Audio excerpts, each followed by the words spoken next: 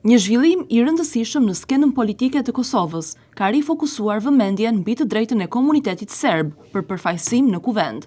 Paneli zgjedhor për ankesa dhe parashtresa ka pranuar ankesën e listës serbe, duke vendosur se vendimi i Komisionit Qendror të Zgjedhjeve për të mos përfshirë këtë subjekt në shpalljen e rezultateve për zgjedhjet parlamentare të 28 dhjetorit ishte i pajustifikuar dhe në kundërshtim me ligjin. Në vendimin e publikuar, PZAP thekson se shpallja e rezultateve përfundimtare duhet të përfshijë të gjitha subjektet politike pa përjashtim, duke respektuar parimet e barazisë, transparencës dhe sigurisë juridike. Çdo shpallje pjesëshme e rezultatit nuk ka bazë ligjore dhe bie ndesh me standardet e Komisionit të Venecias, thuhet në vendim.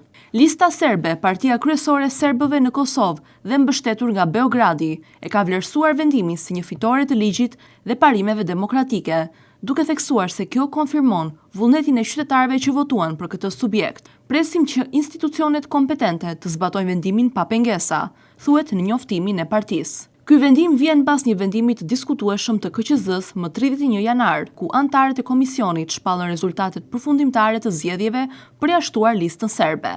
Vendimi shkaktoi kritika të ashpra nga komuniteti ndërkombëtar, përfshirë Shtetet e Bashkuara dhe Bashkimin Evropian. Një zëdhënës i ambasadës amerikane në Prishtinë e quajti vendimin në kundërshtim me të drejtën e qytetarëve për përfaqësim demokratik, ndërsa BE-ja shpreu shqetësim serioz dhe u bëri thirrje të gjitha partive të respektojnë kushtetutën dhe standardet demokratike.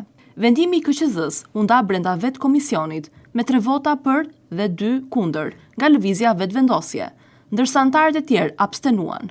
Kreu i KQZ-s, Kreshnik Radoniqi, e konsideroi vendimin si të pakuptimt, duke argumentuar se ankesa ishte dorëzuar mbas përfundimit të rinumërimit të votave dhe sipas ligjit nuk mund të shqyrtohej. Në zgjedhjet e dhjetorit, 10 vende janë të rezervuara për serbët. Lista serbe fitoi 9, ndërsa 1 vend e mori Rashiq.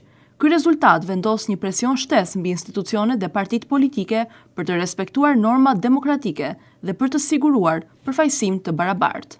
Vendimi i PZAP është tani një hap i rëndësishëm drejt certifikimit të rezultateve nga KQZ-ja dhe formimit të institucioneve të reja në Kosovë, duke rihapur diskutimin mbi rolin e komunitetit serb dhe marrëdhëniet ndërpartiake në vend. Afati për apel në Gjykatën Supreme është 48 orë dhe vetëm pas përfundimit të tij, KQZ-ja mund të certifikojë zyrtarisht rezultatet e zgjedhjeve. Ky zhvillim pritet të ndikojë jo vetëm në qeverisjen e ardhshme, por edhe në marrëdhëniet politike me Serbinë dhe stabilitetin e skenës politike në Kosovë, duke rikthyer në fokus rëndësinë e respektimit të ligjit dhe të drejtave të komuniteteve pakicë në procesin zgjedhor.